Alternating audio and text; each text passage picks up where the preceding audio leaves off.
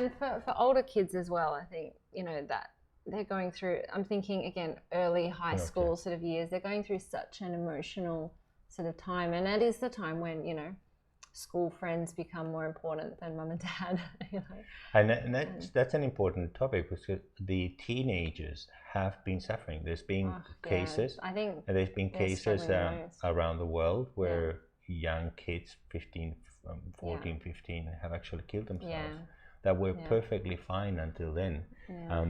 And it's sad that has to happen. We think, oh no, they'll understand it, and there's something about understanding something intellectually. But it doesn't matter if you understand it. It's still, I mean, even for us grown people who have had more of an opportunity to develop some emotional intelligence and get a handle on things, you know, they've got biologically, they've got all the sort of, it's a very emotive time anyway, with all the hormones going and all the sort of adjustments being made chemically. So they're more like, and then the brain's not fully developed yet. So if it's hard enough for us with a fully developed brain and a somewhat stable-ish, you know, chemical system in the body, and it's been hard enough for us to understand it intellectually and to actually live it. They're completely different things. At the end of the day, I'm still stuck here and I still can't say, you know, I still can't hug my friends, or I still can't, you know, and now even if you go out, there's still, you know, different friends are also going to come from different families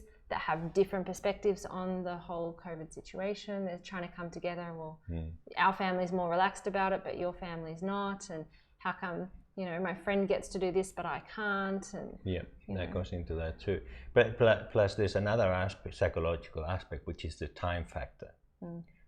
As a grown-up, if you get told, all right, well, you're going to have to be 2 weeks in lockdown.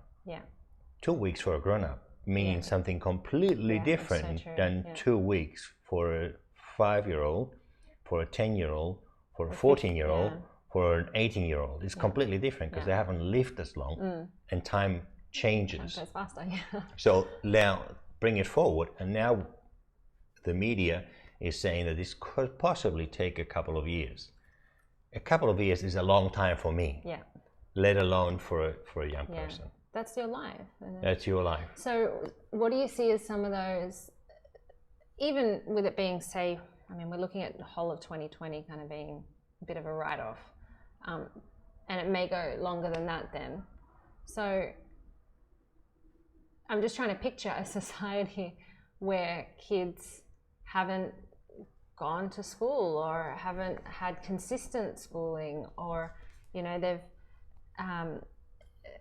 living in a society where everybody is afraid of germs and wearing masks, or you know, police, you know, there's a lot more police presence. I mean, we've already seen the way Lucas responds to police has changed. You know, it's a very different upbringing to what any of us have been used to. I mean, I guess every generation has a different upbringing though. So if this is just like, oh well, this is the next style of upbringing for kids. But we can only do so much to prepare them. I mean, the good thing about kids is that they can adapt and they can adjust, and they tend to adjust very, very well.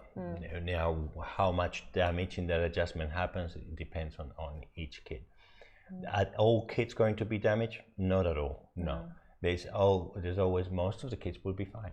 Most of the kids will be fine. We'll have to remember that, especially if as parents we take action. We limit the exposure, our exposure to the media. We don't need to be on top of the news. We need to remember the news are not designed for our benefit. They're designed to capture our attention. And in order to capture our attention, they're going to maximize the levels of panic, fear, and drama. So we can see, we want to watch it. Because we're attracted to that drama. So if we keep that in mind, then we will limit our exposure to that. And we need to be disciplined. That's critical. For the sake of our families, for the sake of our kids. We need to limit that. We need to limit their exposure to it. Sure, have good, solid, emotionally balanced conversations around what are the things that they need to do to protect themselves from the coronavirus or any other virus that might be floating around. But teach them to react in an emotionally balanced way. That's an important thing. So that's hard for parents to, I think especially of older kids, do you lay down the law and say, this is it, we're only, you know, watching this much TV, or, you know, that we're going to make sure we delete all Facebook from your phones and you can't have it, or do you? Or you don't want to become, you don't want to turn a lockdown into an even worse prospect for them either. That's right. It's not about limiting Facebook. They're probably not on Facebook, by the way. That's not what young Instagram's a new thing or whatever. I don't know. TikTok or Instagram or whatever. Yeah. That's probably a useful distraction for some kids. It helps them to stay connected socially.